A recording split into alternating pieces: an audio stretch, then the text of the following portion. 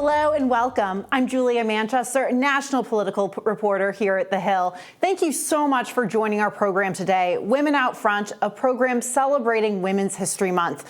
This year, the theme of Women's History Month is celebrating women who tell our stories. I am so excited to sit down with women who are telling us their stories and their community stories. Women bring unique perspectives and skills to the table, and when they are given a seat at the table, everyone benefits from their contributions. We have an all-star lineup here today, but first, before we get underway, just a few housekeeping notes. You can tweet us at The Hill Events using the hashtag #TheHillWomen.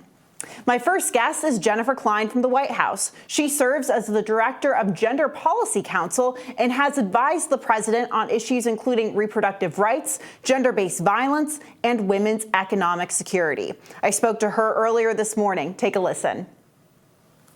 Director Klein, thank you so much for joining us. You played an integral part in creating the Gender Policy Council at the White House. I would love to hear from you, how it was created and what went into it. Thanks so much for having me, Julia. Yes, the Gender Policy Council was created by President Biden on International Women's Day 2 years ago. So we just celebrated our birthday. And it was created really as a continuation of the work that has been done in previous administrations. There have been women's offices, women's initiatives. Most recently in the Obama administration, there was a White House Council on Women and Girls. But this president felt very strongly, and the vice president, about doing it slightly differently. So that is why this is the first ever Gender Policy Council. And it really, the name really speaks to it. So the first is, while the other initiatives were really more focused on outreach, we are more focused on policy. So we sit alongside the other policy councils here at the White House. We are the Startup Policy Council, much smaller, of course. But with the National Economic Council, the Domestic Policy Council, and the National Security Council to focus on policy. And we do a lot of outreach and stakeholder engagement in service of that policy development, but really that's what we're here for. And the other thing is it is both global and domestic, which again is something that the president and the vice president and I personally felt very strongly about, having worked on these issues for, close to 30 years, and really noticed over time and really noticed in recent years in stark relief that these are issues that affect women everywhere in the world, and they really don't stop at borders. Right. And what are some of these issues that the council is working on? I know here in the United States, and I've asked our Republican and Democratic guests in this, forum to talk about abortion and abortion access and what that means going forward. Obviously, the overturning of Roe v. Wade marked a big, upheaval here in the United States with how women get access to abortion. So what is the council doing in response to that? So just to take one step back, the first thing that we did, again, required by the executive order that created us, was to write the first ever national gender strategy, which we did, and we're now in the process of implementing. And that really takes into account the work that is happening all across the administration. Really, nominally, every cabinet secretary and agency head is a member of the council, and they've each appointed a senior official to work on the council. So they've developed their priorities in consultation with us, and that work is happening. The strategy has 10 priorities, everything from health, as you mentioned, to education, to economic security, to humanitarian and development assistance, to human rights around the world, gender-based violence. It's a very comprehensive strategy. And also, I should say, at base, another of the underlying principles, in addition to this work needing to be comprehensive and these priorities are connected to each other, we also think about it in terms of the overlapping barriers that people face, women included, based on race, immigration status, disability status, other things. And we think about these things all together. So I will say that the only criticism that I heard about the strategy when it first came out was that it was overly ambitious, to which I respond, guilty as charged, because there's a lot of work to do. But all of that said, that work, that sort of very comprehensive and integrated strategy is happening all across the administration. And if I think about what I spend most of my time on, and the staff here at the Gender Policy Council, it's really three sets of issues. The first is economic security, and that's everything from equal pay and access to good jobs and childcare, and paid family and medical leave. The second set of issues is preventing and responding to gender-based violence wherever it occurs, whether that's on campus, in the military, domestic violence, online harassment and abuse, or that set of conflict-related sexual violence, that whole set of issues. And then third, to your point, is health. And we focus on women's health more generally, but of course, for all obvious reasons, as you just noted, a real focus at the moment on reproductive health and rights, and in particular on abortion.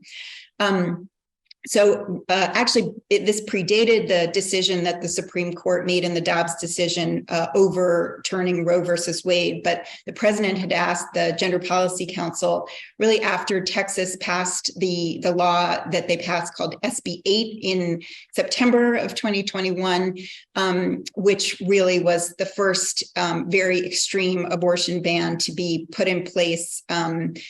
We jumped into gear and started to think about how we can do everything we can to ensure reproductive rights and access to abortion in this country. And, of course, that has now become even more important given the decision in Dobbs, which, we all know, but just to always state it, the Supreme Court has never taken away a constitutional right. And that's what they did in the decision in Dobbs.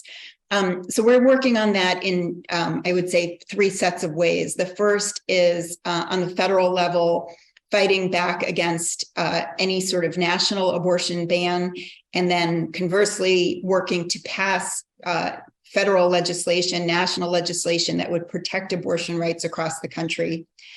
The second is working with states, where, as we all know, they are really on the front lines right now. And so we are working with states to ensure that they can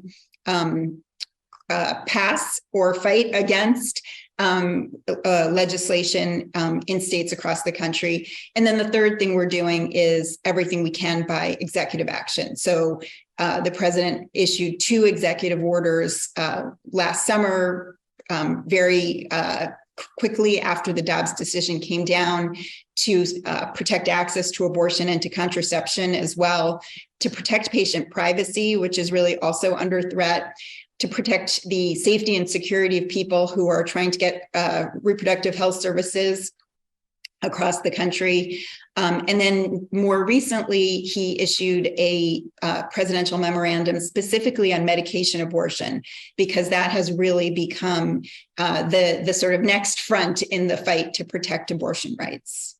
Right. And, earlier in your comments, you talked about intersectionality, or sort of hinted at that. And, this Women's History Month, I think, one thing we should, you and I are 2 white women sitting here having this conversation, is the importance of that and uplifting, other women of color, women in the LGBTQ, groups as well. How in organizations can we ensure that their voices are heard and give them the space for them to, thrive and become leaders on their own? Because it seems that, in feminism, a lot of times white women very much take up that space. I see it changing a little bit, but it still seems to be a white dominated space still.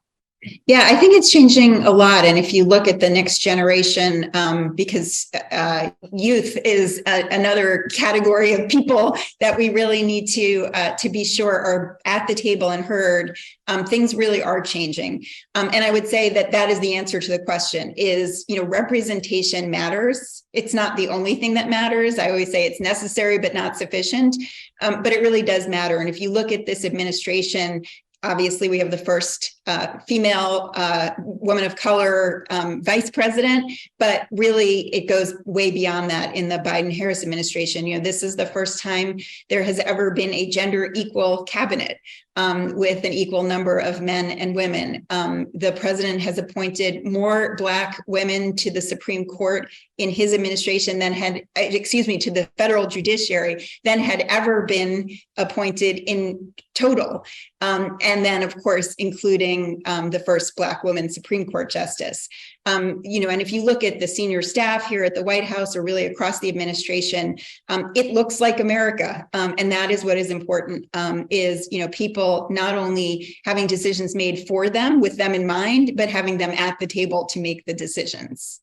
Before we end our conversation, it was recently Equal Pay Day this month. And despite us being in the year of our Lord 2023, with so many women in leadership positions, more women, getting an education, whether that means going, to undergrad, getting a master's degree, we're still seeing women working full time. They're paid an average of 84 cents for every $1 a man is paid. And that's even lower, I think, probably closer to 64 cents for women of color.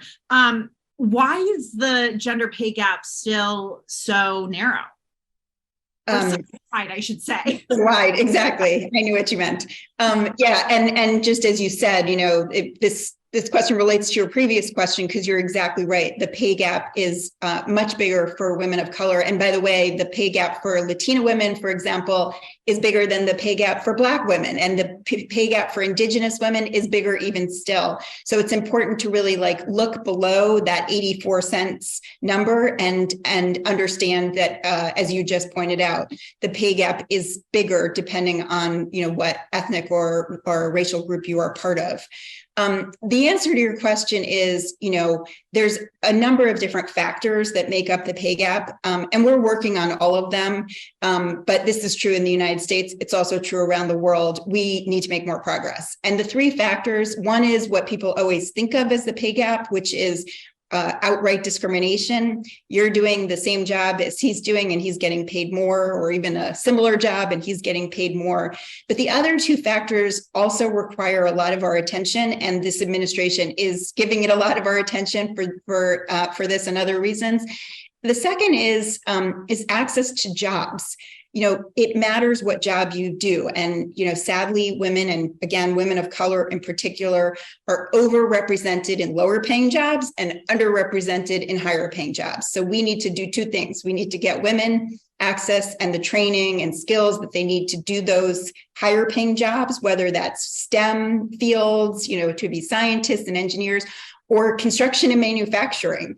And we have a tremendous opportunity with the implementation of these large bills that have just passed and the president has just signed, like the Inflation Reduction Act and the Bipartisan Infrastructure Law and the CHIPS and Science Act, to make sure that women have access to those jobs. We also need to be sure that women are being compensated in the jobs where they are overrepresented, like teaching and caregiving. So we need to value those jobs that, by the way, are the jobs we should value most, right? People caring for our elderly relatives, our kids.